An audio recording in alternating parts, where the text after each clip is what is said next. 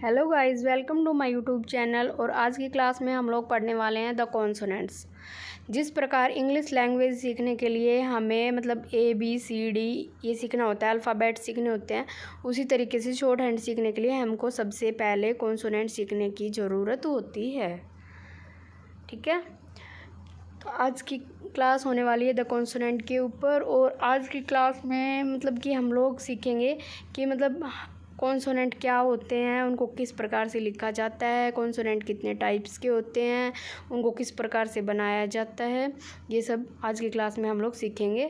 तो इसके main objective क्या होता है, फर्स्ट ऑफ ऑल हम ये पढ़ेंगे। ठीक है, after studying this unit you should be familiar with the following concept. यह यूनिट पढ़ने के बाद आप इन चीज़ों से फैमिलियर हो जाएंगे, जैसे कि मीनिंग ऑफ कॉन्सोनेंट्स, कॉन्सोनेंट्स होता क्या है, points to be kept in mind while representing spoken sound with the help of consonants. उन पॉइंट्स को अपने माइंड में रख पाएंगे कि स्पोकन साउंड के थ्रू जो कॉन्सोनेंट हम बनाते हैं उनको किस प्रकार अपने माइंड में याद रख सकते हैं। Various category in which consonants are divide as per the sounds heard in English language. और इनको किन किन कैटेगरीज में बांटा गया है और कि साउंड्स के आधार पर इनको अलग करेंगे। ठीक है, two ways of representing consonants, दो प्रकार से जो कॉन्सोनेंट्स को रिप्रेजेंट किया जाता है, एक होता है स्ट्रेट स्ट्रोक एंड एक होता है curve stroke.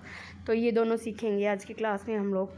To additional consonants, दो एडिशनल कॉन्सोनेंट होते हैं, जो 24 कॉन्सोनेंट होते हैं उनके अलावा दो और होते हैं, जैसे downward R and downward H.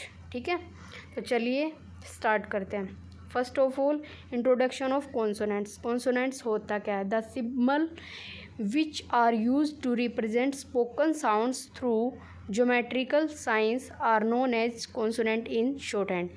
वो सिम्बल्स जिनका यूज हम स्पोकन साउंड कि बोलने के आधार पर, स्पोकन साउंड के आधार पर ज्योमेट्रिकल तरीके से सीखते हैं, जिनको उन्हें हम शॉर्ट हैंड के अंदर कॉन्सोनेंट के नाम से जानते हैं। ठीक है, तो चलिए फर्स्ट ऑफ ऑल इसने बोला है कि ज्योमेट्रिकल तरीके से, तो ज्योमेट्रिकल तरीके से हम लोग कैसे सीखेंगे, चलिए बिना किसी देरी के वीडियो को स्टार्ट करते हुए देखते हैं। फर्स्ट ऑफ ऑल जैसे ज्योमेट्रिकल तरीका क्या होता है, हमारे पास एक स्ट्रक्चर दी हुई होती है, उसके आधार पर हमें इनको सीखना होता है। ठीक है, फर्स्ट स्ट्रक्चर हमारे पास ये है, तो इसके थ्रू हम कैसे सीखेंगे, जैसे ये हमारे पास 120,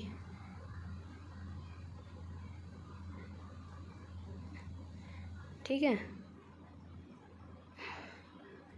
तो ये वाला जो लाइन है हमारे पास, इस लाइन को ऐसे लिखेंगे, इस लाइन को ऐसे लिखेंगे, और इसको अगर लाइट में लिखेंगे, लाइट, तो ये बन जाएगा हमारे पास P।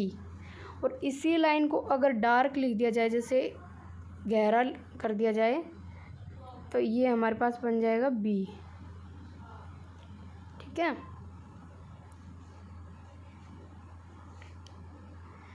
अब लेंगे 90 डिग्री वाला, तो 90 डिग्री पे क्या होगा, जैसे T और D बनेंगे। अगर इसी लाइन को, ये जो सीधी स्ट्रेट लाइन है, इसको अगर लाइट लिखेंगे बिल्कुल, तो ये हमारे पास बनेगा T।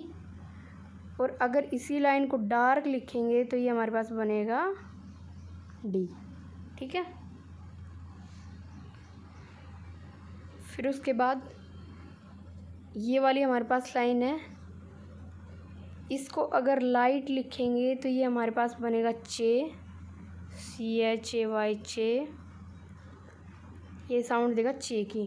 और अगर इसी को डार्क कर दिया जाए तो ये हमें साउंड देगा जे की। ठीक है,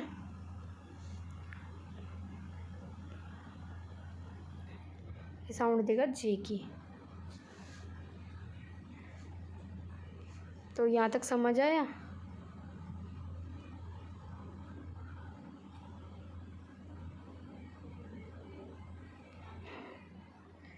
अब ये लास्ट है हमारे पास, इसको जैसे ये के और गे बनेगा, इससे गे। ठीक है, इसको जी नहीं बोलेंगे, गे बोलेंगे, गैम।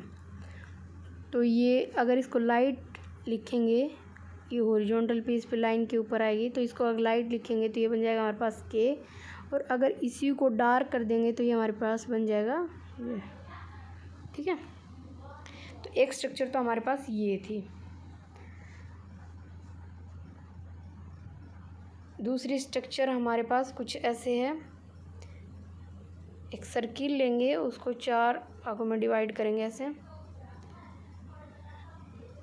एक हिस्सा तो हमारे पास आ गया ये वाला, एक हिस्सा हमारे पास आ गया ये वाला। जैसे जैसे मैं साइन लगा रही हूँ उस तरफ उनकी डायरेक्शन को शो करेगा। एक हिस्सा हमारे पास हो गया ये वाला, और एक हिस्सा हो गया हमारे पास ये वाला। ठीक है, फर्स्ट ऑफ ऑल इस वाले को देखेंगे, ये एफ और वी बनाता है। जैसे कि ये जो इतना इतना पार्ट है ना, ये यहाँ से लेके और ये यहाँ तक का पार्ट है जो इसको, जैसे कि ये एफ है, अगर इसको लाइन के ऊपर ऐसे बनाएंगे ऐसे लाइट, तो ये बनेगा एफ, और इसी को अगर डार्क कर दिया जाए तो ये बनेगा वी। ठीक है, समझ रहे हो ना।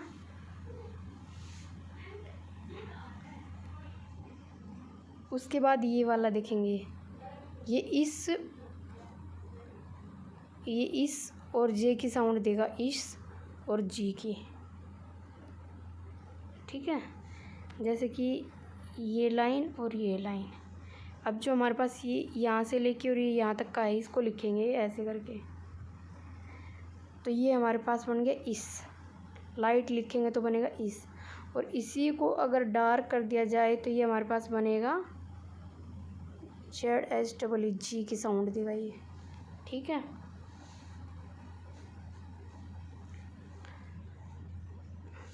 उसके बाद ये अपर वाला देखेंगे,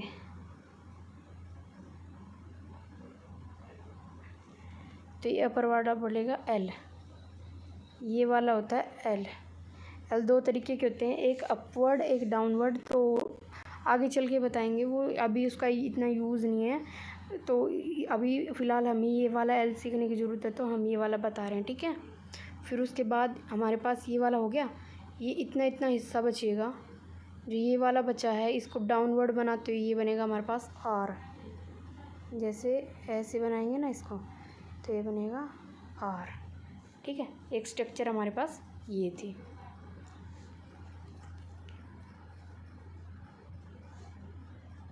उसके बाद हमारे पास थर्ड स्ट्रक्चर है ऐसे, और इसको ऐसे क्रॉस में करेंगे तो ये जो सिम्बल्स निकल के आए वो। ठीक है, तो ये जो ऊपर वाला हिस्सा है ना, इसको बोलेंगे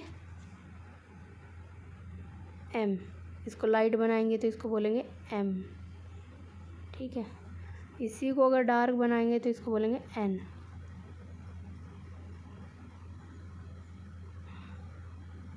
ये वाला हिस्सा जो हमारे पास है इसको बोलेंगे N,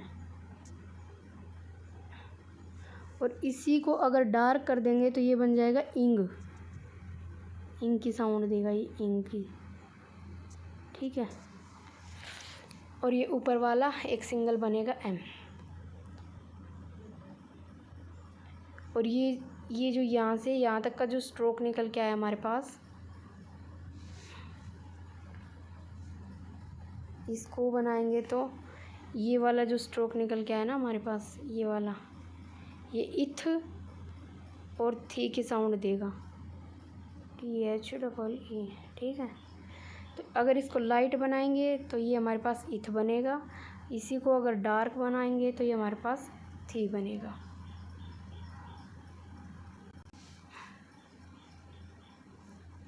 ये अपने नोटबुक में लिखते रहना भाई साथ साथ में, क्योंकि वीडियोस बहुत लंबा हो जाएगा वरना तो। अब ये वाली हमारे पास ये, और इसी को डार्क कर देंगे तो इसको लाइट करेंगे तो ये बनेगा S, और इसको डार्क करेंगे तो ये हमारे पास बन जाएगा Z। तो ये कुछ स्ट्रक्चर थी जिसके थ्रू ज्योमेट्रिकल तरीके से, इसका मतलब कॉन्सोनेंट का मतलब यही था कि ज्योमेट्रिकल तरीके से जो इनके अंदर से स्ट्रोक हमने निकाले ना, ये जो S है Z है, इंग्लिश में तो हम बोलते हैं अल्फ़ाबेट, लेकिन इसके अंदर हम बोलेंगे स्ट्रोक। स्टेनोग्राफी के अंदर इनको बोला जाता है स्ट्रोक। तो इसी तरीके से इनको समझना होता है। ठीक है, चलिए वापस से उस पर स्टार्ट करते हैं। यहाँ तक हो गया था हमारा future of consonants and stroke. First of all consonants are represented by lines and curves. तो स्ट्रोक हमेशा लाइंस के ऊपर बनते हैं, कुछ अपर बनते हैं, कुछ मतलब कि साइड में कर्व स्ट्रोक बनते हैं, कुछ स्ट्रेट स्ट्रोक बनते हैं, ठीक है। There are thin stroke and thick stroke. Thin stroke represent light sound. जो थिन स्ट्रोक बनते हैं वो हमेशा लाइट साउंड को रिप्रेजेंट करेंगे, और जो थिक स्ट्रोक होते हैं वो हमेशा जैसे मतलब डार्क होते हैं वो हमेशा हैवी साउंड को रिप्रेजेंट करेंगे, ठीक है। All the stroke should be uniform in length. मतलब जितने भी स्ट्रोक होते हैं उनकी लेंथ सबकी सेम होती है। जैसे the size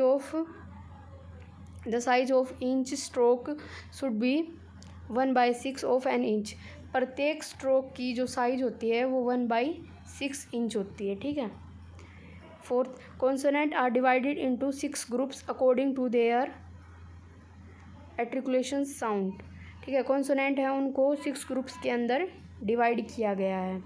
consonant are usually paired according to their sounds. Examples, जैसे मैंने बताया था आपको पी है, वो अगर लाइट में लिखेंगे तो पी बनेगा और डार्क में लिखेंगे तो बी बनेगा। टी है, उसको लाइट में लिखेंगे तो टी बनेगा और डार्क में लिखेंगे तो डी बनेगा। Each consonant represent one sound at a time, never under circumstances represent two sounds together, ठीक है। There are 3 direction to write the consonants namely, ठीक है। ये डायरेक्शन के थ्रू इनको मतलब कि इनके नेम से दर्शाते, जैसे कि डाउनवर्ड डायरेक्शन, ये तीर का निशान अगर नीचे की तरफ आ रहा है तो मतलब इस स्ट्रोक को बनाएंगे तो इसको ऊपर से नीचे की तरफ बनाना पड़ेगा। हॉरिजॉन्टल का मतलब होता है कि लाइन के ऊपर बनाना पड़ेगा, जैसे लाइन के बिल्कुल ऊपर, ठीक है। फिर अपवर्ड डायरेक्शन क्या होता है, ये जैसे मतलब तीर के निशान ऊपर की तरफ दे रखे हैं तो स्ट्रोक को लाइन से ऊपर की तरफ ले जाना होता है, ठीक है। Consonant are always written without lifting the pen in between. मतलब ये सबसे इम्पोर्टेंट बात है जो हमें मतलब याद रखनी है कि कॉन्सोनेंट हमेशा ही बिना पेन उठाए बनाए जाते हैं। पेन उठा के नहीं बनाना होता है इनको, पेन के मतलब साथ साथ बनाना होता है, ठीक है। नेक्स्ट हम देखेंगे categorization of 24 consonants. There are 24 consonant in short hand which are categorized as below. Consonant जो होते हैं हमारे पास वो 24 होते हैं, उनको कैसे मतलब कि पार्ट में डिवाइड किया गया है, जैसे कि इस चलिए एक डायग्राम के थ्रू कॉन्सोनेंट का सीखने का प्रयास करते हैं। जैसे कि स्ट्रेट स्ट्रोक होते हैं हमारे पास 12 और कर्व स्ट्रोक होते हैं 12, फिर उनको भी 3 पार्ट्स में डिवाइड किया हुआ है यहाँ पे। जैसे स्ट्रेट डाउन स्ट्रोक 6 होते हैं, स्ट्रेट हॉरिजॉन्टल स्ट्रोक 2 होते हैं, स्ट्रेट अप स्ट्रोक 4 होते हैं। अप स्ट्रोक वो होंगे जिनकी डायरेक्शन नीचे से ऊपर की तरफ जाएगी, और डाउन स्ट्रोक वो होते हैं जिनकी डायरेक्शन ऊपर से नीचे की तरफ आएगी। हॉरिजॉन्टल वो होते हैं जो लाइन के ऊपर बनेंगे, जैसे के और जी आपने देखा था ना। और कर्व स्ट्रोक वो होते हैं जैसे हमने सेकंड वाली जो हमारी वो डायरेक्शन बनाई थी सर्किल से निकाल के, वो कर्व स्ट्रोक होते हैं, ठीक है। तो देखिए there are 6 straight down stroke. कौन कौन से होते हैं, P, B, T, D, J and J. The above 6 stroke are paired on basis on their sounds. Sounds के आधार पर ही इनके पेयर होते हैं, जैसे एक लाइट बनेगा एक डार्क बनेगा, एक लाइट बनेगा एक डार्क बनेगा। जैसे पी एंड बी है, तो पी है हमारे पास लाइट बन रखा है, इसमें दिख रहा है ना साफ, और बी है वो डार्क बन रखा है। उसके बाद में टी और डी है, जो मैंने 90 डिग्री वाला बता के समझाया था। टी है वो लाइट बनेगा और डी है वो डार्क बनेगा। फिर थर्ड है चे एंड जे, तो जिसमें चे लाइट बनेगा और जे डार्क बनेगा। उसके बाद second there are 2 straight horizontal stroke K and G. तो जैसे मैंने बताया था कि 2 हॉरिजॉन्टल बनेंगे, लाइन के ऊपर बनेंगे। जैसे के है वो लाइट बनेगा, ये लाइन के ऊपर लाइट बना रखा है। गे है वो डार्क बनेगा, ये डार्क बना रखा है। फिर उसके बाद there are 4 straight stroke up stroke, ray way ये है। तो ये अप स्ट्रोक होते हैं 4, रे, फिर इनके अंदर हुक लगा हुआ होता है, जैसे वे ये और हे, ठीक है। There are 8 curve down stroke F, V, ith, thi, S, G, is and G. The above 8 stroke are paired as follows. ये भी पेड में थे, जैसे मैंने बताया था F और V। तो F को लाइट बनाया और V को उसी को डार्क कर देंगे तो V बनेगा। फिर इथ और थी, इथ में इसको मतलब कि इथ को लाइट बनाएंगे और थी को डार्क बनाएंगे। फिर S और G, फिर S को लाइट बनाएंगे और G को डार्क बनाएंगे। फिर इस और G, फिर इसको लाइट बनाएंगे और G को डार्क बनाएंगे। There are 3 curve horizontal stroke M, N and ing. तो जैसे हमारे पास M था तो अपवर्ड बना था, N था वो डाउनवर्ड नीचे बना है लाइन के, और फिर इंग है इसी को डार्क करेंगे तो ये इंग बनेगा। फिर मैंने एक और बताया था कर्व अप स्ट्रोक कौन सा होता है। There is one curved up stroke L, जो मैंने बताया था ना आपको L बना के वो, ठीक है। तो आज की क्लास में ये हमको पढ़ना था, और ये मतलब आप लोग खुद अपनी प्रोग्रेस चेक करेंगे। जैसे फिलिंग द ब्लैंक्स हैं, इनको इस वीडियो को 1 से 2 बार अच्छे से देखना है, फिर उसके बाद इनको करके देखना है। जैसे consonants are represented by, consonant किसको रिप्रेजेंट करते हैं मैंने बताया था, जैसे straight stroke and curve stroke को। फिर consonant are usually paired according to there